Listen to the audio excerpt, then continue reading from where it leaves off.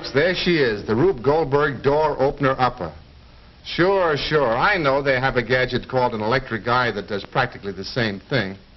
But that's no good for a waiter. You see, the electricity might give the waiter a shock, then he'd forget to come back to pick up his tip, and he'd lose his professional standing.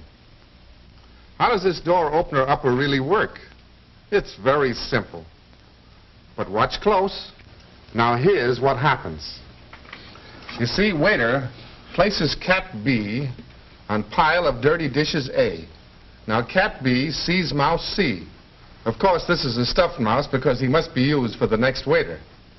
Now cat jumps on mouse C, causing lever D to lift lighted candle E, which ignites fuse F and sets off bomb G, opening door H very gently.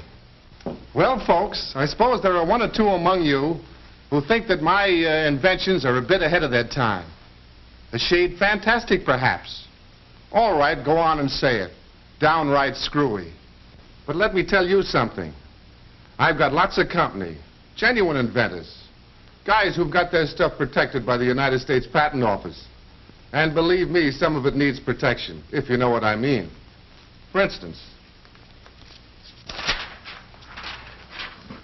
now here's an invention that was granted patent number 556248 back in the year 1896. But don't ask me why.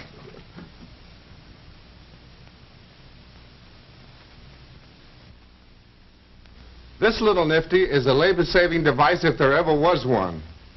It's an automatic hat tipper for the lazy Lothario.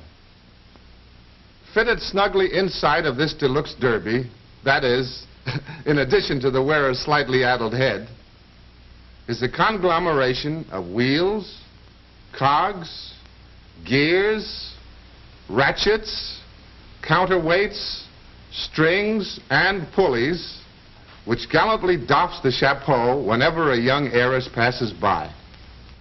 Well, anyway, this is just one example of the many queer devices that have actually been patented. And here's a copy of the patent to prove it. Oh. There are literally hundreds of such patents on file in the United States Patent Office. The inventors were all perfectly serious. They really believed that their inventions would make things easier for us and our lives pleasanter and safer. But by far the most persistent dream of inventors has been to get something for nothing. That is, to create a machine that will start itself, overcome all friction, and still have enough power left to do useful work. In short, perpetual motion machines. Now here's a typical example of what I mean. A famous old standby. Of course, you all know that when something is dipped underwater, it seems to lose weight. So this particular perpetual motion machine is designed to have some of the weights in water and some of them out of water at all times. It's all very simple. And so are you if you think it'll work. But confidentially, I've got one that will work. And if you'll excuse me for a few minutes, I'll show you. No, Mr. Goldberg, not even your genius is equal to that task. In fact, the United States Patent Office will no longer grant a patent for the design of a perpetual motion machine because the experts in that office know that you can't get something for nothing. That you can't get power out of an engine without paying for it in fuel. Fortunately for us, however, man has discovered a virtually unlimited source of power. He has paid for that power by years of painstaking research and experimentation. That source of power is gasoline, the chief product of the petroleum industry.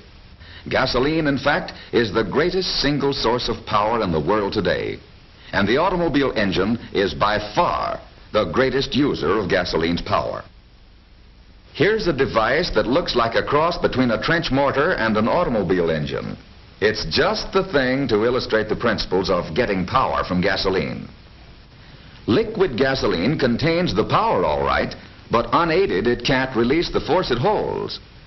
When a light is applied to it, Liquid gasoline burns as innocently as a wax candle. This proves what we all know. Gasoline has to be mixed with plenty of air to release its power. Then gasoline has more force than an equal amount of gunpowder. Into the first cylinder goes a mixture of air and gasoline. Into the fourth cylinder, an equal weight of gunpowder. When the cylinders are touched off with an electric sparker, the swoosh shows lots of power. When a piston is put into these cylinders, fueled again with gunpowder and a mixture of gasoline and air, a better test of power will show up.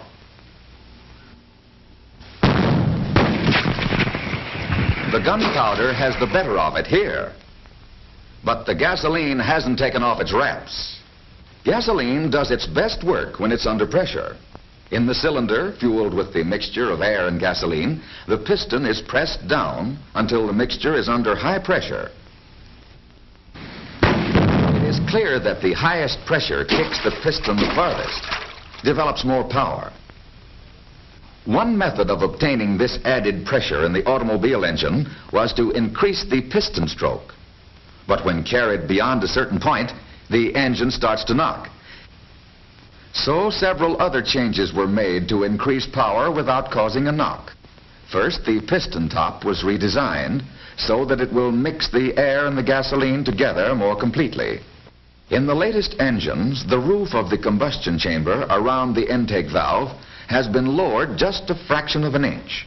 But that was enough so that now the gasoline is mixed with free air and compressed more for more power. Today, the driver of the motor car doesn't get something for nothing, but he does get more power than ever before from the gasoline he buys. Our available supplies of fuel now do more work with increasing efficiency and economy.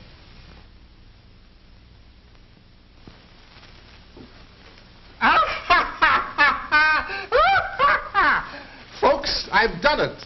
I've discovered the secret of perpetual motion. Yes, sir. Long, long after you and I have departed from this earthly scene,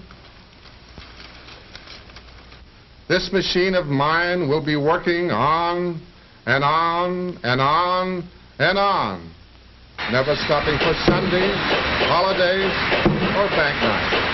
On and on and on and on. Oscar.